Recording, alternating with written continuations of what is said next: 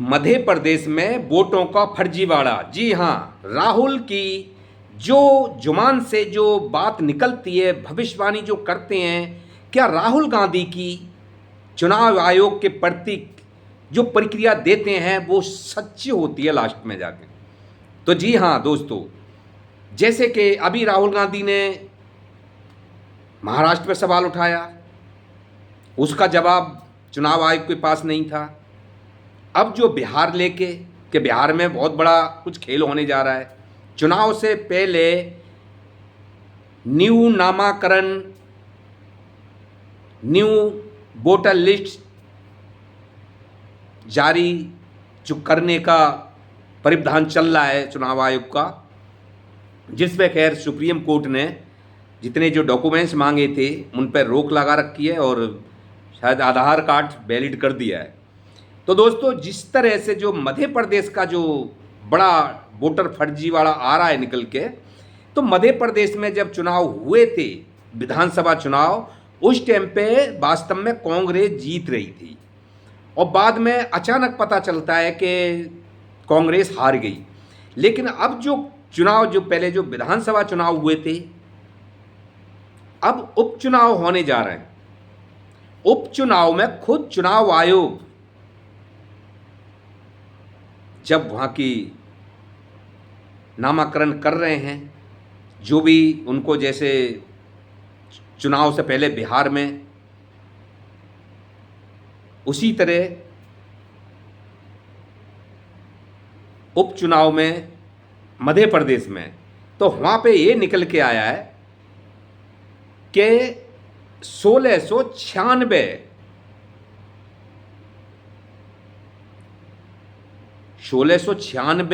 घर ऐसे हैं जिनमें 100 वोटर के नाम उस एड्रेस पे वोट हैं। अब सोचने वाली बात यह है कि ये ऐसे कैसे हो गया। ये जो वोटर बने हैं पीएलओ के क्या काम है, उसकी क्या जब इसमें जवाबदेही नहीं है, रिटर्न ऑफिसर की कोई जवाबदेही नहीं है, तो इन पे क्या होगा अगर ये जांच बैठती है और ये एक्शन में आता है तो इनका क्या होगा।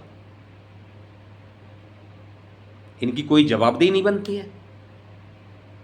भोपाल में एक घर में 50 वोटर हैं, तो ये वोट बने कैसे। कपीलो की कोई जिम्मेवारी नहीं या फिर रिटर्न ऑफिसर की कोई जिम्मेवारी नहीं, और ये वोटर आईडी कार्ड दिए किसने होंगे, चुनाव आयोग ने। ये सारा एड्रेस किसने चढ़ाया होगा, चुनाव आयोग ने। तो क्या ये पकड़ में क्यों नहीं आई। तो ये राहुल गांधी की जो भविष्यवाणी होती है, जिस तरह से राहुल गांधी बोलते हैं, जैसे महाराष्ट्र में जो हुआ है, अब जो मध्य प्रदेश से निकल के आया है, क्या यही हरियाणा में भी हुआ था। तो चुनाव आयोग अब बिहार में जागा है तो मध्य प्रदेश में क्यों नहीं जागे थे। चुनाव आयोग के पास इतना समय नहीं है कि बिहार चुनाव नवंबर में नज़दीक है और फिर उनका जो प्रक्रिया शुरू करने जा रहा है उसमें समय बहुत कम है, और उसके बाद उस पर ही कोर्ट ने सवाल उठाया था कि आपने इतने कम टाइम में ये क्यों अपना प्रक्रिया करने की क्यों सोची है। न्यू लिस्ट, नामाकरण या चेकिंग, ये सारा चीज़, आईडी प्रूफ लाओ, ये लाओ वो लाओ, अब इतने कम समय में कैसे होगा ये, पहले क्यों नहीं हुआ था ये। तो दोस्तों, क्या मध्य प्रदेश में इस चीज़ की ज़रूरत नहीं थी विधानसभा चुनाव से पहले, क्यों नहीं जागा चुनाव आयोग। तो सवाल ये है कि ये इतना बड़ा खेल, अगर एक एक घर में 100 वोटर हैं, एक एड्रेस पे चढ़ रहे हैं, कितने घर हैं ऐसे, तो ये कहाँ से, पीछे भी इसमें सवाल उठे थे, पीछे भी सवाल उठे थे।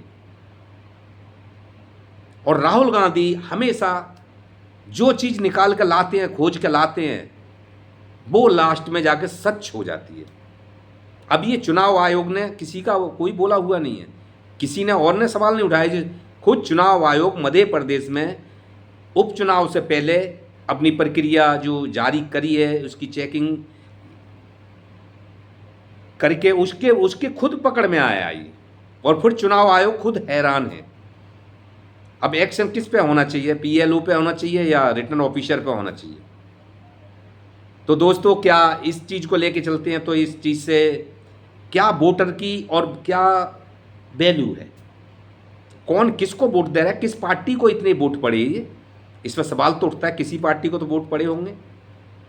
मैं ये नहीं कह रहा कि भाजपा ने करा, कांग्रेस ने करा, किसने करा, लेकिन ये जिसने भी जिसकी सलाह मशवरा से ये काम हुआ, क्या रिटर्न ऑफिसर इसमें मिले हुए थे या फिर पीएलओ मिले हुए थे, और सरकार के कहने में, किस पार्टी के कहने में उन्होंने ये काम करा था? क्या उनको एक एड्रेस पे ये क्या आंख बंद करके थोड़ा ही काम कर रहे होंगे? आँख खोल के ही तो कर रहे होंगे। जो एड्रेस चढ़ाते हैं एक एड्रेस पे इतने कैसे एक घर में कैसे हो सकते हैं, और कौन है फिर ये? तो जवाबदेही तो चुनाव आयोग की तरफ पूरा, वो एक उंगली नहीं, पूरा का पूरा पंजा उठता है। जी हाँ, अगर ये सच है इसकी छानबीन होनी चाहिए, विपक्ष को इस पे एक्शन लेना चाहिए, केस करना चाहिए, इसको केस दायरे तक पहुंचाना चाहिए, कोर्ट तक पहुंचाना चाहिए। अगर ऐसा हो रहा है तो जनता के वोट का गलत इस्तेमाल हो रहा है। जनता भले से बीजेपी को चुने, कांग्रेस को चला, आपको चुने, आरजेडी को चुने, जेडीयू को चुने, किसको चुने, तो वो ईमानदारी से स्पष्ट साफ सुथरा चुनाव होना चाहिए, ना कि बेईमानी से। जो मेहनत करता है देश की जनता के लिए, देश चलाने में, उसको उसका सफलता मिलनी चाहिए। अगर बेईमानी धांधली जो वोटों की चलती है तो इसमें तो फिर वही हो गया पैसे का खेल, और जैसे कि सिस्टम खरीद लिया है पूरा। तो दोस्तों नमस्कार।